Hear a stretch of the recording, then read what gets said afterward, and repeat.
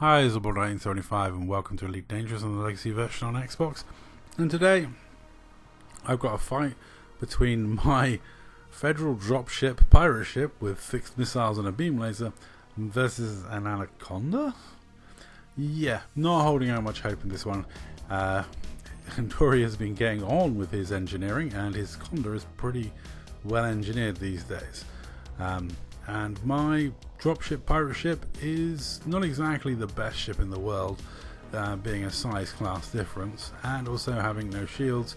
Its main trick is stealth, and unfortunately he's now packing an emissive multi-cannon, which I suggested to him. So I had to ask myself this.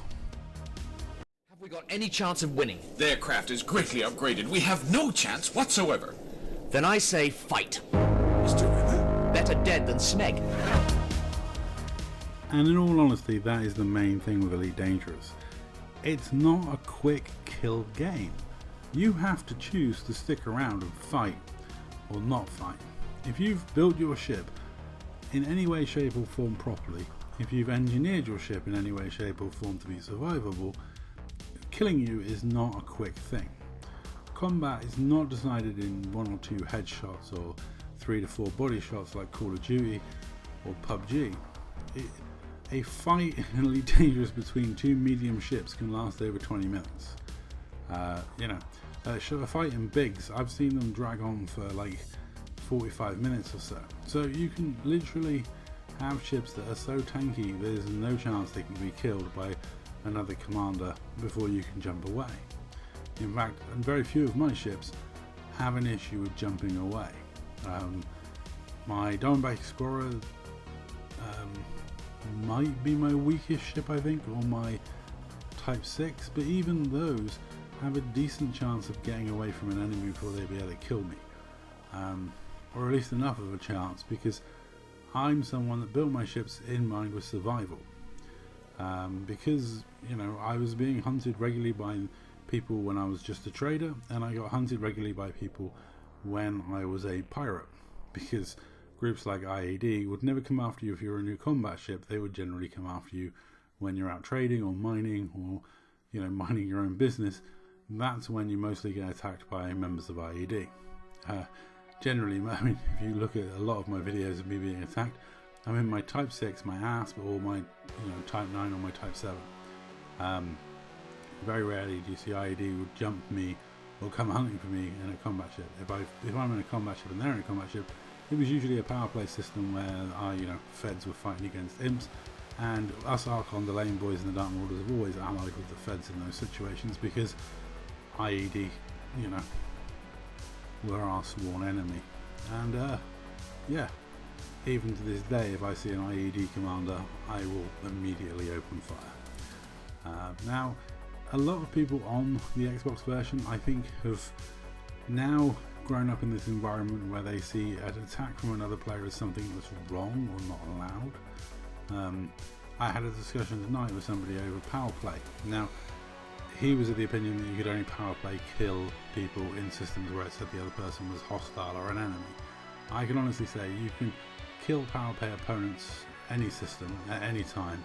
It doesn't matter, because the whole point is you're not going to get notoriety because of the power play. And that's the bit that validates you can kill that person, is the fact you're not getting notoriety for that kill.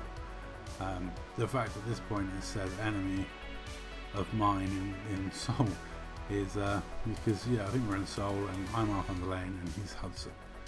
So I can kill him here as happily as anything because he's a power play enemy. Even though we always side with Hudson. But that's one of the reasons why people pick power play, was to encourage groups of players to fight other groups of players and to give you valid targets for PvP. If you don't want to be targeted in such a way, don't do power play. There are lots of groups that will kill you anyway, but what I would advise is build a ship that can sustain a bit of damage and learn to submit, plot, high wake. Filter your tabs so you're only showing systems and stations to make it easy to plot an escape route. Learn to plot an escape route quick. If you submit to the interdiction, the cooldown time is not very long, so you can jump to another system which is called high waking. That's not affected by mass lock, so it doesn't matter how big the ship is behind you. you can happily survive. At this point, I'm getting close to the bit where my opponent here decides to give me a chance at survival. And I'm like, no, it's so far back to the station. Get me there the quick way. Because, you know, I'm not one to back down from a death. It doesn't matter. There goes my canopy. Whoopsie. Speed! Yeah, but it's time for my Japanese heritage to get a kick in and go for that final glory of a ram, you know. And I gotta say, when it comes to... I believe that didn't kill me. When it comes to Elite Dangerous, you have to enjoy the combat, have to enjoy it, and if you are going to die, remember, it's your choice to stick around and fight. You don't have to, you can just run. And if you do die, take it stoically like this.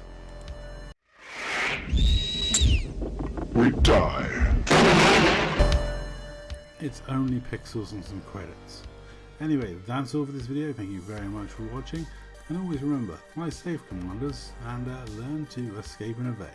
That's all. Thank you very much for watching.